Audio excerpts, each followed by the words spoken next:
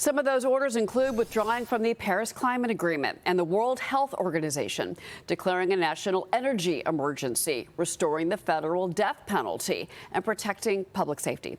Trump also ordering the government to recognize two genders, male and female, while ordering all federal employees to return to in-person work. A freeze on federal hiring also was put into place. I want to bring in North Carolina Congressman Mark Harris. He's a member of the House Judiciary, Agriculture, and Education Committees. Congressman, your reaction to the avalanche of executive actions we've seen? Well, Cheryl, it's great to be with you this morning. And, you know, when Trump 45 and now Trump 47, there's one thing I think everyone will notice, the consistency, and that is the theme: promises made, promises kept. And I think he went in, and in day one, he has certainly already started making those promises be checked off the list. He certainly has. And, you know, one of the things about this avalanche of executive orders, and this is where we thought we were going to get the pushback, and we are, and it's the border. In particular, the American Civil Liberties Union, they're already filing suit. You know, the CBP One app was shut down immediately. You know, so it looks like we knew this was going to come, and they had telegraphed this to us, that it was going to be about the border. But as far as the fight ahead, what do you foresee is going to be the biggest stumbling block in all of this? Well, I don't know. The stumbling block, I guess, obviously, these lawsuits have been filed. But I think the president has the support of the American people. I think it was clear the agenda he ran on, securing the border, unleashing American energy. All of those are priorities that he really, as you've just listed off this morning, took action on right out of the gate. And I believe the American people are behind him. We saw a mandate in this election as we have the House. We took back the Senate and the White House. And so I think these agenda items are going to move forward, and he's committed to it.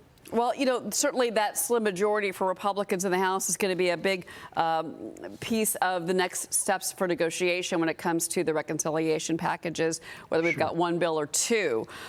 Also, you know, remember, former President Biden made some last-minute pardons yesterday for several of his close relatives: his younger brother James, his wife Sarah, younger sister Valerie, her husband John Owens, and the other Biden brothers, Francis. They all got preemptive pardons.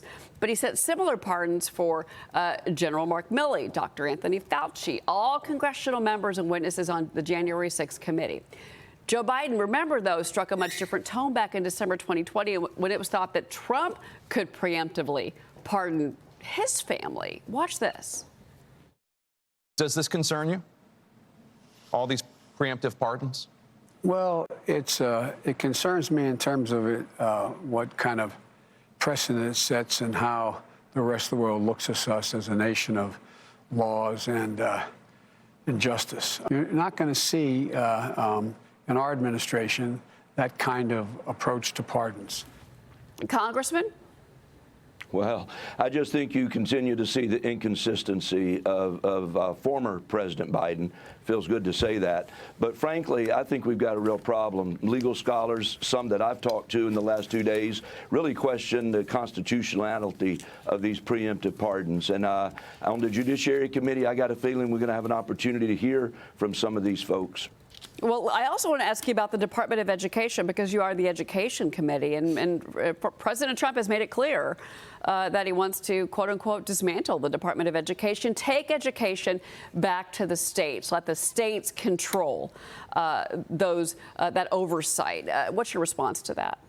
Yes, I totally agree with that. In fact, many of us ran to be part of this 119th Congress and have been running for really years on that very issue, and that is taking education back to our state and local communities. The best education is done when it's led by those that they're at home. And I think taking all the money from the Department of Education, putting it back in the states and the local would be a great, great move. Also, too, just because there's been such an, like I said, an avalanche of executive actions since yesterday. The change for government workers in particular. Government workers, he wants them back in the office. There's now a hiring freeze. We're already seeing threats from the unions representing government workers who knew this was coming, to be clear. There could be lawsuits there. And then also the change in DEI initiatives throughout the federal government. What is your response to all of those actions? Well, again, I just have to go back to promises made, promises kept. There's a new sheriff in town, and I remember when we were flying up here for orientation in November after our election to this Congress, and my wife happened to be sitting on the plane next to an individual that was from Mississippi, and they were actually that day returning to the office for the first time in a government job since COVID. And returning to Washington to work. And so, again, I think there's a real concern. This president is taking action just like he said he would. And I think the American people are going to respond in a very, very positive way. You know, also, too, you know, we understand now that Marco Rubio, of course, he's the first confirmation Secretary of State. Vice President Vance is going to be swearing him in at 9 a.m. Eastern time today.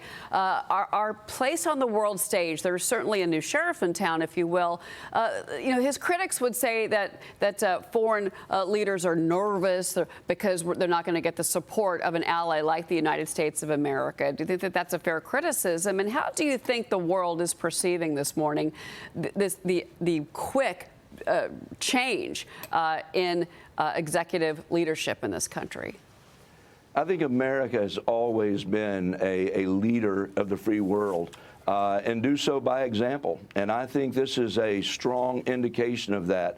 I had an opportunity just yesterday to speak to former Prime Minister Boris Johnson from the UK that was there. And he just again reiterated what it seemed to be such an exciting day for America, and then yet expressed his concerns for what was going on right now, even in his own country. So I think this president is a world leader. I think people are looking to him. I think America is leading by example, and I think the president reiterated that even yesterday in his inaugural address, that folks are taking notice, and America is leading this movement. Yeah. All right. Congressman Mark Harris. Congressman, thank you for being here. Thank you, Cheryl, for having me. All right.